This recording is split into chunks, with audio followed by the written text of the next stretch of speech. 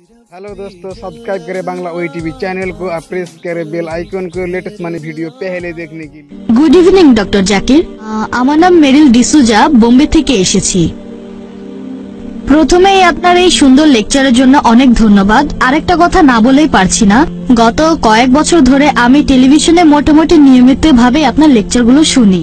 কলেজে ভর্তি হবার পরে আমি আপনার লেকচারগুলোর সাথে পরিচিত হই। আজকে আমি আপনাকে একটা প্রশ্ন করতে চাই, তার আগে আমি দুইটা বিষয়ে কথা বলবো। আপনি আজকে লেকচারে বলেছেন, একটা হলো ঈশ্বরের সাথে কাউকে শরীক করা, এটা পাপ কাজ, এটা সবচেয়ে বড় পাপ। দ্বিতীয় বিষয়টা হলো প্রার্থনা করার নিয়ম। আপনি তখন বলেছিলেন যে মুসলিমরা প্রার্থনার সময় কপাল মাটিতে থাকে আর আপনারা শরীরকে বিনীত করেন। আমি বোম্বে শহরেই বড় হয়েছি, এখানে দেখেছি, আর আমি নিজেও ব্যাপারটা সম্পর্কে পরিষ্কার হতে চাই। সেটা হলো দরগা বা মাজারের বিষয়টা, মুসলিমরা সেখানে যায়, এই ব্যাপারে আপনি কি বলবেন?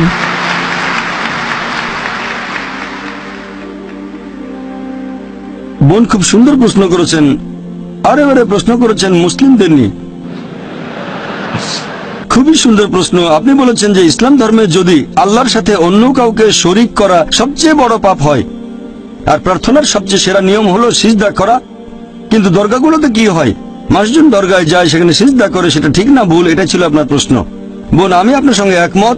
আমার লেকচারের কথাগুলো আপনি পরিষ্কার আর সঠিকভাবে বুঝতে পেরেছেন যে আল্লাহ তাআলার সাথে কাউকে শরীক করা, সেটা যেই করুক সেটা ভুল, হোক সে মুসলিম বা অমুসলিম, এটা ঠিক না। তার নাম যাই হোক না কেন, জন, আব্দুল্লাহ, জাকির, মোহাম্মদ, যদি কেউ আল্লাহর সাথে অন্য কাউকে শরীক করে সে সবচেয়ে বড় পাপ করছে। আর আমরা সিজদা করব শুধুমাত্র আল্লাহ সুবহানাহু ওয়া তাআলাকে। যদি কেউ আল্লাহ ব্যতীত অন্য কাউকে সিজদা করে সে শিরক করছে, আল্লাহর সাথে অন্য কাউকে শরীক করছে। তাহলে একজন মানুষ যদি কোনো কবরের কাছে যায় আর সেই কবরকে সিজদা করে, সেই কবরকে ইবাদত করে, তাহলে সেটাই সবচেয়ে বড় পাপ, হোক সে মুসলিম বা অমুসলিম, যে নামে পরিচয় দিক। ধন্যবাদ। বোন, আরো একটা প্রশ্ন করবেন? আচ্ছা, যেহেতু আমাকে একটা সুযোগ দিয়েছেন, তাই এই বিষয়ের উপরে আরেকটা প্রশ্ন করি, কারণ আমি এগুলো করতে দেখেছি। আর আপনি বললেন যে কোনো মানুষ, হোক সে মুসলিম, খ্রিস্টান বা হিন্দু, যেই করুক এটা শিরক। এখন আপনার কাছে আমার প্রশ্ন যে আমি যেমনটা দেখেছি এরকম প্রচুর আছে, আমরা সবাই তাদেরকে জানি মুসলিম হিসেবে, এরা দরগায় যায়। এখন এই ব্যাপারে আপনি কি বলবেন? এখন মুসলিম এই আরবি শব্দটা সম্পর্কে বলতে গেলে সত্যিকারের মুসলিম যে আল্লাহর কাছে নিজের ইচ্ছাকে সমর্পণ করে, সত্যিকারের মুসলিম কখনো কোনো কবরকে সিজদা করবে না। আমি বিষয়টা জানি, বলবো না যে ভুল বলেছেন, আপনি ঠিকই বলেছেন। মুসলিম নামে পরিচিত এরকম প্রচুর মানুষ আছে তথাকথিত মুসলিম যারা কবরকে সিজদা করে। এ ব্যাপারে আমার দৃষ্টিভঙ্গিটা হচ্ছে, আমার মতে তারা ভুল করছে, এটা শিরক, তাদেরকে বদলাতে হবে।